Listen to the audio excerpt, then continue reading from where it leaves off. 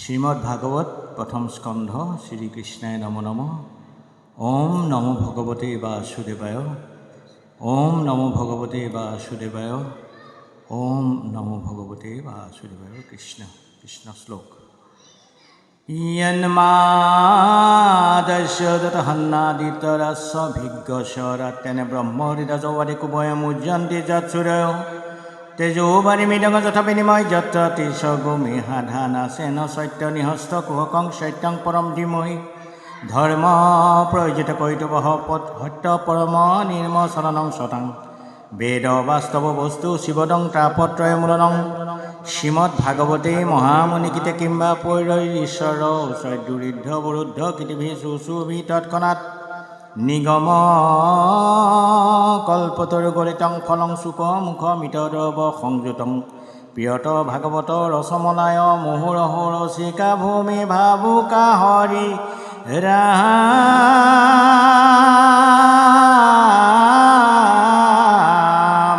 ৰাম ৰাম হৰি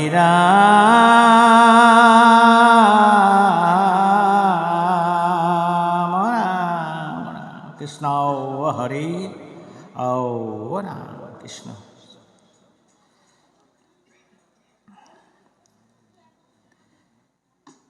মঙ্গলাচৰণ পদ।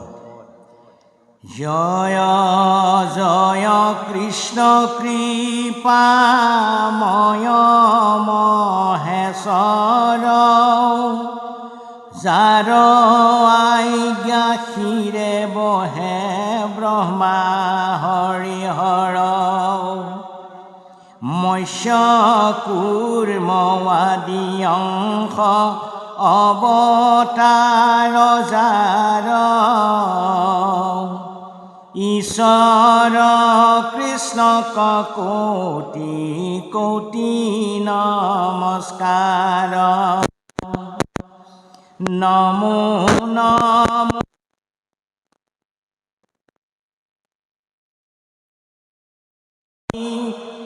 অন্তৰ্যোতমবাতি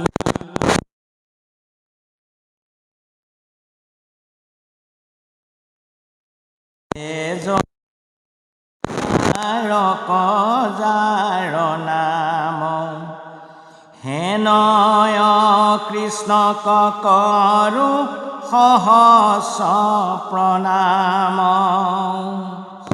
প্ৰভু ভগৱন্ত ভক তৰণ বনিধি হৰিক স্মৰণে আৰম্ভৰ কষিধি পৰীক্ষিত মুখ কথা দ্বাদশ স্কন্ধৰ কৃষ্ণৰ চৰণে ভনে কিংকৰ কৃষ্ণৰ। সূত শৌনক সংবাদ। প্ৰথম স্কন্ধৰ পৰাও দ্বাদশ পৰ্যন্তে কহিলা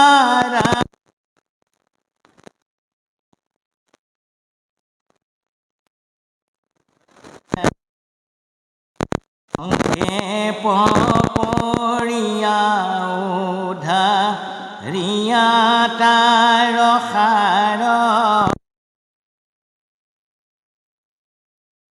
কৃষ্ণ প্ৰয়াৰ 28 সহস্ৰ ঋষি বেদত প্ৰধান বিষ্ণুৰ নৈমিষ ক্ষেত্ৰ মহাপুণ্যস্থান মান্য কৰি সূতক পাতিলা সত্ৰ তথা শৌনক প্ৰমুখে শুনে ভাগৱত কথা শৌনক বদতি শুনা সুত মহামানী পৰম পাতকী কলি পাইলেহে নজানি আৰম্ভিলো যজ্ঞ আশী সহস্ৰ বৎসৰ হোম ধূম্ৰে ধূম্ৰ বৰ্ণ ভৈল কলেৱৰ যিটো কৰ্ম কৰোৱাত নাহিকে বিশ্বাস আপোনাৰ আয়ুককো ৰিলো ব্যৰ্থে নাশ সম্প্ৰতি তুমি চিন্তি য়োক মহাহিত কৰায় কপাল কৃষ্ণ চৰিত্ৰ অমৃত পৰম ঈশ্বৰ কৃষ্ণ দেৱ নাৰায়ণ তান মহাভক্তিটো শ্ৰৱণ কীৰ্তন ইহা কন জানিয়ান কৰ্ম কৰি মৰো কয়ো কৃষ্ণ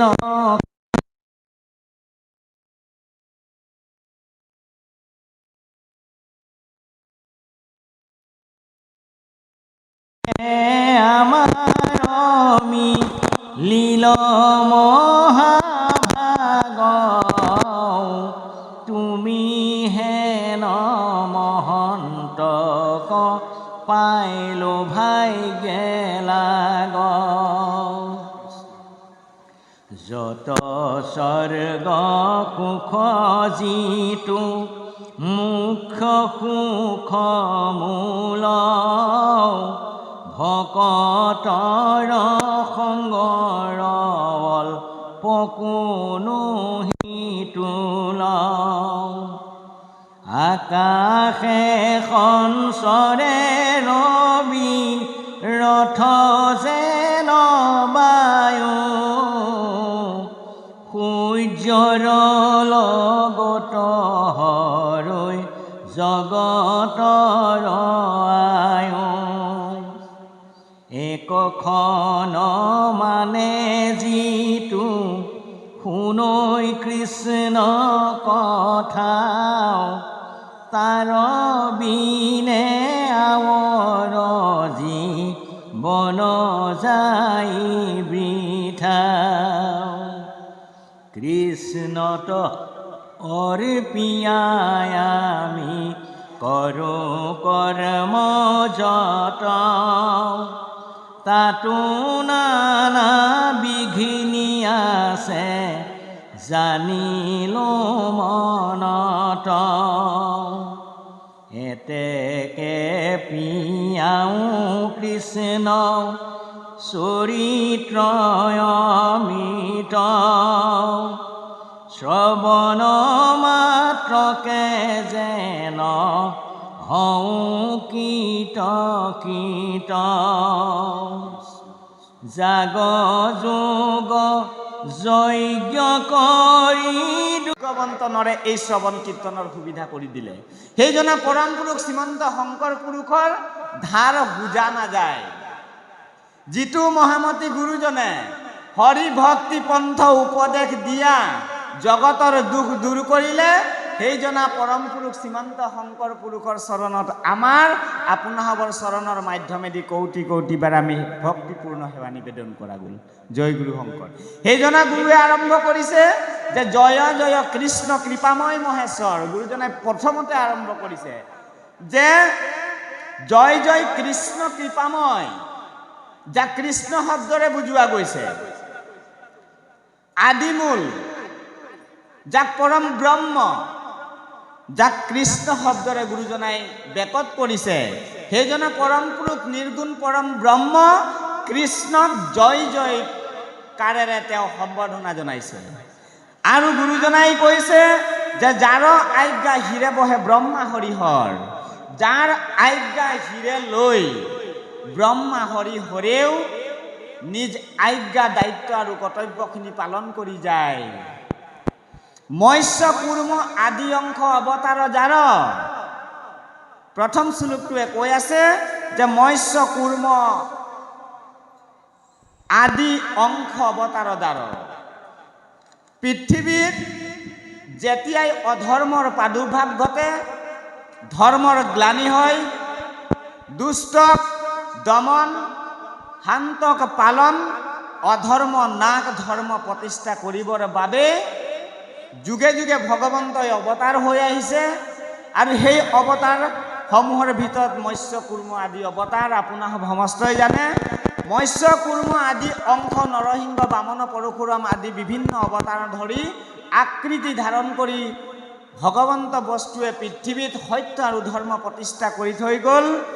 ঈশ্বৰ কৃষ্ণক কোটি কোটি নমস্কাৰ। সেইজনা পৰম পুৰুষ পৰম ব্ৰহ্ম কৃষ্ণদেৱৰ শ্ৰী চৰণ কমলত গুৰুজনাৰ লগে লগে আমিও এখনৰ পৰাই ভক্তিপূৰ্ণ সেৱা নিবেদন কৰা গৈছে।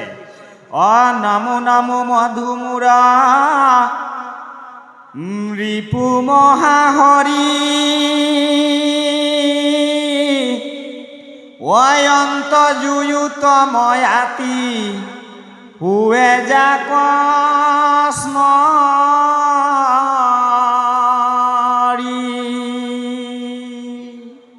নমো নমো মধু আৰু মোৰ দৈত্যক বধ কৰি যিজন হৰিয়ে বধ কৰিলে সেইজনা হৰিৰ চৰণত কৌটিবাৰ সেৱা জনাইছে গুৰুজনাই। নমো নমো অন্তজু উত্তম আতি হৈ যা কস্মৰি।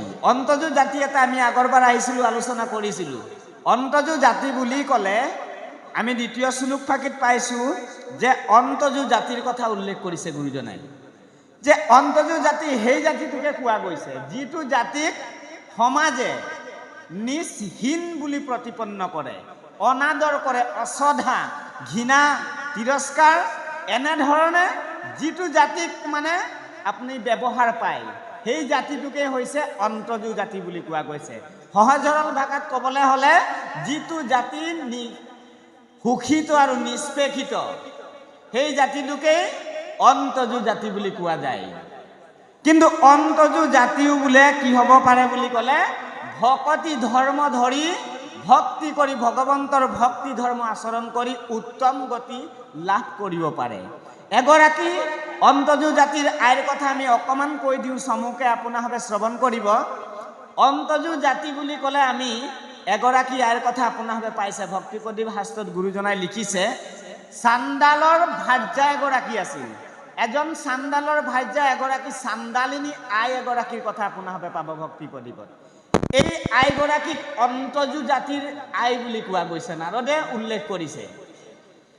এই চাণ্ডালৰ ভাৰ্যাগৰাকী এদিন কি কৰিলে জানেনে আইসকল? গংগাত স্নান কৰিবৰ কাৰণে লগত ৩-৪ গৰাকীমান আই সখী লৈ তেওঁ গংগাত স্নান কৰিবলৈ গুচি গ'ল। গংগালৈ স্নান কৰিবলৈ গৈ গংগাৰ পাৰত এজন ব্ৰাহ্মণক লগ পালে। অকণমান চমু কৰি কম আমি। এজন ব্ৰাহ্মণক লগ পালে, ব্ৰাহ্মণজনৰ নাম সুশীল ব্ৰাহ্মণ বুলি কোৱা গৈছে। এই সুশীল ব্ৰাহ্মণজনে কি কৰি আছে, বিভিন্ন দেৱ দেৱতাৰ প্ৰতিমূৰ্তি বালিৰে মূৰ্তিৰে তৈয়াৰ কৰি তেওঁ দেৱ দেৱতাসকলক ধূপে দীপে নৈবেদ্যে গন্ধে পুষ্পে উপচাৰে বিভিন্ন ফুল ফল এৰকম দেই কৰে পূজা পাঠ কৰি আছে। ঠিক তেনে এটা মুহূৰ্তত সখীসকলক লৈ যাক চাণ্ডালিনী আই বুলি কোৱা গৈছে, সেইগৰাকী গৈ সুশীল ব্ৰাহ্মণক সম্বোধন কৰিছে যে হেৰা ব্ৰাহ্মণ, তুমি কোন, এইবিলাক কি কৰি আছা? চাণ্ডালিনীৰ কথাক কেৰেপ নকৰি এই সুশীল ব্ৰাহ্মণে কি কৰিলে, কিছু দেৰি চাণ্ডালিনীক মাত নিদিয়াকে থাকিলে। এইদৰে কেইবাবাৰো মতাৰ পাছত সুশীল ব্ৰাহ্মণে চাণ্ডালিনীলে এটা ক্ৰোধাগ্নি দৃষ্টিৰে, ক্ৰোধ দৃষ্টিৰে দৰ্শন কৰি চাণ্ডালিনীক ককৰ্থনা কৰিলে। ভাওনাত আজি ৰাতি বচন মাতিব, আমি অকণ মাতি দিছো। কোন তই চাণ্ডালিনী, কিবা হেতু কৰা সম্বোধন, কি কাৰ্য জানিবাক লাগে তোমাৰ? দেৱক পুজি আছো মই ভালমতে, যোগ্য নোহা তুমি ইহাংক জানিবাৰ। বিশেষত তুমি চাণ্ডালিনী, তুমি এইবিলাক কি কৰিবা জানি? তুমিতো চাণ্ডালৰ ভাইজা, তোমাক কি দৰকাৰ এইবিলাক? মই মোৰ ইষ্টদেৱ ইন্দ্ৰ আদি দেৱগণক ধনং দেহি বিদ্যাং দেহি ঐশ্বৰ্যং দেহি বুলি মই সেইসকল প্ৰাণবলী সেইজনৰ লগত তেওঁ খন্তেক সময়ৰ বাবে কথোপকথন হোৱাৰ বাবে তেওঁৰ গালে এটা অপৰাধ নামি আহিল বুলি এটা অনুশোচনা হৈছে চাণ্ডালিনীৰ। লগে লগে তেওঁ সেই অনুশোচনাটোৰ পৰা উদ্ধাৰ হ'বৰ বাবে, সেই পাপৰ পৰা নিকা হ'বৰ বাবে গংগাত 100 বাৰ বুৰ মাৰি স্নান কৰিছে। তেনে এটা শুভৰ মুহূৰ্তত আমাৰ সমস্ত জনাৰ পৰিচিত দেৱৰ্ষী নাৰদ আকাশ মাৰ্গেদি তেওঁ হৰিনাম ঘুকি আহি আছে। অ হৰি মোৰ হৰি মোৰ এদিন দয়া অপাতকী উতৰে মাত্ৰ নাম লৈলে যাৰ।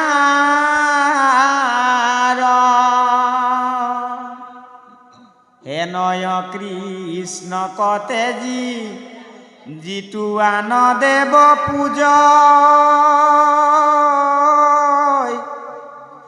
অগৰু তুই অধম হিতু একোৱে নুবুজ। জানিয়েই নাম লক, নজানিয়েই নাম লক, জানি বা নজানি কৰে নামৰ কীৰ্তন, তথাপিতো পাপ দহি নামে কৰে চন। পাপ সূতাখন, নাম সূতাখন, পাপ শুকান বন খনিকতে দহি কৰে চন্ন বুলি কোৱা গৈছে। পাপটো জুইৰ লগত তুলনা কৰিছে নামক, আৰু পাপবিলাক হৈছে শুকান এইবিলাক জাব্ৰাধাৰীবিলাক বল। বোলে লগে লগে জুইটা টুকুনটা লাগাই দিয়া লগে লগে ফাৰ ফাৰ ফাৰ ফাৰ বোলে পাছে পাতে কিরকম জুই লাগে তোরা তো জানিয়েই। এই নাম জীবই জানে করে লিয়ক বা না জানে করে লিয়ক, যেরকমই নাম লিয়া যাক, জ্ঞানে বা অজ্ঞানে করে নামর কীর্তন। জ্ঞানে বা অজ্ঞান, জ্ঞানে বা অজ্ঞানে লয়, এ জ্ঞানে বা অজ্ঞানে মাধৱৰ নাম, অজিজনে ফুৰে হুমৰি, তাক মূৰ বুলি হাতে চক্ৰ তুলি, রাখিয়া ফুরন্ত হরি। বিনা পয়সার শ্রীকটি গান বলছে, এসকট ফ্রি পয়সার, কোনো দরমা দিতে না লাগে, কিছু রেশন পাতি দিবার নাই বলছে, ফ্রি ফ্রি এসকট পাই যাবে বলছে। কত অফার হয় না নহয়? হ্যাঁ, অখিল গগৈৰ লগত পাছফালে 4টা ঘূৰি আছে, ৰূপজ্যোতি কৰ্মীৰ লগত 4টা ঘূৰি আছে, দৰমা দিয়া নাই নেকি? মাহে মাহে দৰমা সোমাই আছে একাউণ্টত। কিন্তু শাস্ত্ৰই কি ক'লে? যিজনে বোলে কৃষ্ণৰ নাম লৈ গৈ থাকিব, ৰাম নাম লৈ গৈ থাকিব বোলে, তার পিছে পিছে বোলে এই স্কটের গিলার কথা বাদ বলছে। স্বয়ং জগতের গুরু কৃষ্ণ বলছে যাক, অনন্ত কোটি ব্রহ্মাণ্ডর অধিকারী হরি, এই জন্যই বোলে সেই জন্যই তার পিছে পিছে বোলে এসকট লে। তবে তো এত দুনিয়া সুবিধা পাই করে যদি আমরা গোল্ডেন চান্সটা নিতে পারা নাই যাই, তবে তো এই জীবকে আটাইতকৈ দুর্ভগীয়া জীব বলছে। আমরা ছাড়ে আসলি যেগুলা সরাকিলা ওখানে আরো একবার রিপিট হওয়ার কথা নাইকে বলছে শাস্ত্রই। এইবারেই জীবর পরম গতি, অত সুন্দর সুবিধা বলে কি মুখে মাত্র নাম নিলেই হবে বলছে, কিছু করতে না লাগে। ভকতি হোক না হোক ওটা পাশের কথা, নাম নিতে পারলেই হবে বলছে। কেবল রামকৃষ্ণ নাম জিবার আগে মুখে দিয়ে উলালে হবে বলছে। একবার উলাই গেলে কোটি কোটি জন্মে পরি আসা পাপ পর্বত পাহাড় রকম ওগুলা খিয়াই হয়ে করে পুণ্য বুদ্ধই হবে বলছে। নামের 7টা কার্য আছে, অত নামের মহিমা আছে বলছে। তো এই নাম মহিমার কথাটা চান্দালিনীয়ে নারদের আগে প্রকাশ করছে। আর নারদ ঋষিয়ে চান্দালিনীর মুখেদি নামের মহিমার রহস্যতার কথা গম পাই করে কি করলো, পিছে চান্দালিনীকে ধন্যবাদ জ্ঞাপন করা যাচ্ছে। আমি শ্লোকগিলা আওড়াই দিব, তোরা শ্রবণ করবে। তা যেতিয়াই ভগবন্ত কৃষ্ণই যে জগতৰ হাৰ এই কথাটো গম পোৱাৰ লগে লগে নাৰদে প্ৰশ্ন কৰিলে, তুমি কেনেকে গম পালা কৃষ্ণই যে জগতৰ হাৰ? বোলে হে দেৱৰ্ষি নাৰদ, তুমি সকলো গম পাই আছা, তোমাক আৰু মই দ্বিতীয়বাৰ রিপিট করবার নাই বলছে, তুই সকলো জানি বলছে। তুই যেহেতু ভগবন্তর প্রিয় ভকত, তো যেতিয়া নামৰ রহস্যটো গম পাই গেল নারদে, তবে নারদে তো একদম চান্দালিনীকে এখন থ্যাংক ইউ বলছে, থ্যাংক ইউ ভেরি মাচ বলছে। ও ধন্য ধন্য চান্দালিনী, ধন্য ধন্য চান্দালিনী, মতি তয় উত্তম, অনে দেখিলু পরম ভকত তুকহম, অনিশ্চয়ে জানিলি তত্ত্ব কৃষ্ণ দেবতার, অতুর দর্শনে ভইলু আমি উদ্ধার। তুই মেইন তত্ত্বটাই গম পাই গেলি বলছে। তুই ভগবন্ত কৃষ্ণর তত্ত্ব রহস্য তুমি গম পাই গলা চান্দালিনী, তুমি ভগবন্তৰ প্ৰিয় ভকত। এতেকে তোমাৰ দৰ্শনৰ লগে লগে মই আজি শুদ্ধ হৈ গলো, মোৰ সমস্ত শৰীৰ আজি শুদ্ধ হৈ গল, পবিত্ৰ হৈ গলো, যিহেতু তোমাৰ দৰে এজন একান্ত ভকতৰ দৰ্শন হল। গুৰুজনাই নিৰ্দেশ কৰিলে, দৰ্শনে পাপ বিনাশ। ভকত দৰ্শনৰ মহিমাটো এইখিনিতে উল্লেখ কৰিছে, নাৰদৰ মুখেদি প্ৰকাশ পাইছে। বোলে কি, তীৰ্থকো পবিত্ৰ কৰে এইটো কোনো চিত্ৰ, তোৰ দৰ্শনে হুৱে জগত পবিত্ৰ। এই গোটেই জগতখন পবিত্ৰ হৈ আছে, কোনে কৰি আছে পবিত্ৰ? জয়ত থাকে মোৰ ভক্ত, জয়ত থাকে মোৰ ভক্ত উদাৰ চৰিত্ৰ, অকীট পতংগ কুতথা কৰয় পবিত্ৰ। গোটেই জগতখন ভকতৰ চৰণৰ ধূলাৰে পবিত্ৰ হৈ আছে। বেদে নিৰ্দেশ কৰিলে, বোলে একান্ত ভকতৰ চৰণ দৰ্শনৰ লগে লগে জীৱৰ যিমানখিনি পূৰ্বৰ কৰ্ম বাসনা পাপ লাগি আহিছে, সমস্ত পাপৰ পৰা জীৱই উদ্ধাৰ হ'ব পাৰে। এয়া হৈছে নাম মহিমা। নাৰদে চান্দালিনীৰ পদ্ম মুখহন্তে নাম মহিমাখিনি গম পাই চান্দালিনীক এইবাৰ, ই আপোনাৰ হবে যে ভাগৱত এতিয়া শোভাযাত্ৰা কৰি আহিলে, অকণমান আগলৈ গৈ ভাগৱত ভাগ শোভাযাত্ৰা কৰি আহিলে, ভাগৱত ভাগী নামক গুৰুগৃহৰ পৰা ওলাওঁতে নামগৃহটো প্ৰদক্ষিণ কৰি লৈছে। ঠিক তেনেধৰণে এইবাৰ দেৱৰ্ষি নাৰদে চান্দালিনীকো এৰকম প্ৰদক্ষিণ কৰে প্ৰতিবাৰ প্ৰণাম জনাই দেৱৰ্ষি নাৰদ ভকতৰ সংগলে তেওঁ প্ৰত্যাগমন কৰিলে।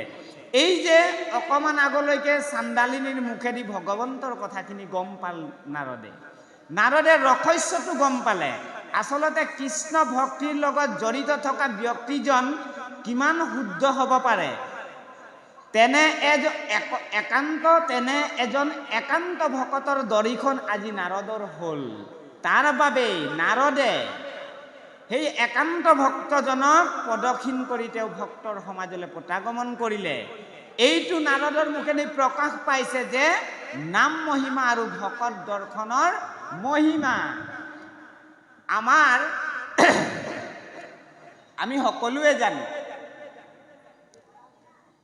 যে ভকতৰ সংটো আমি কিয় ল'ব লাগে, আৰু ভকতৰ সংগৰ মহিমা যিখিনি আছে এইখিনি গুৰুজনাই নিৰ্দেশ কৰিছে।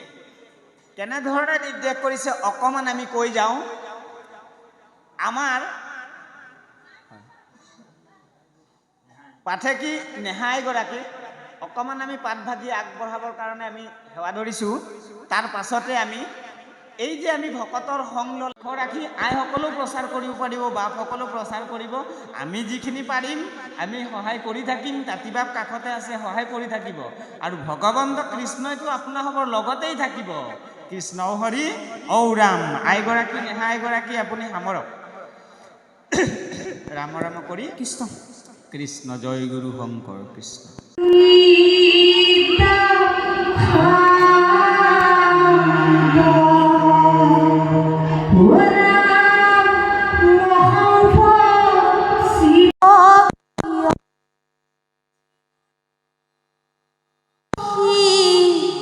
সীতা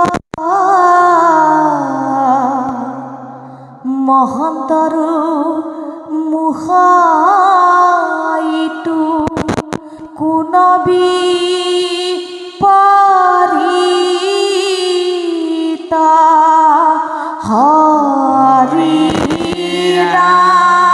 ৰাম ৰাম ৰাম ৰাম হৰি ৰাম ৰাম ৰাম ৰাম ও রাম জয় রাম জয় নারায়ণ জয় কৃষ্ণ জয় জগদ্গুরু শ্রীমন্ত কৃষ্ণ হরি ও রাম বিনা খন তোজু নামে নারায়ণ জানি নামে পখিলু রনে আনগতি নাহিকে মরণে অপরাধ ক্ষমা করি তুমি দয়াশীল হরি মুখ রক্ষা করিও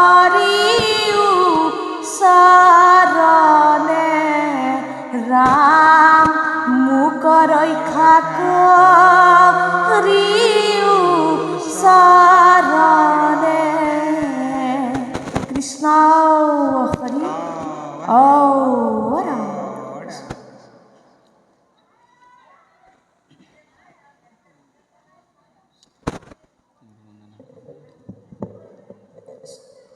কৃষ্ণ গুরু বন্দনা শ্রীমন্ত শঙ্কর হরি ভকতৰ জানা যে নকল্পতৰু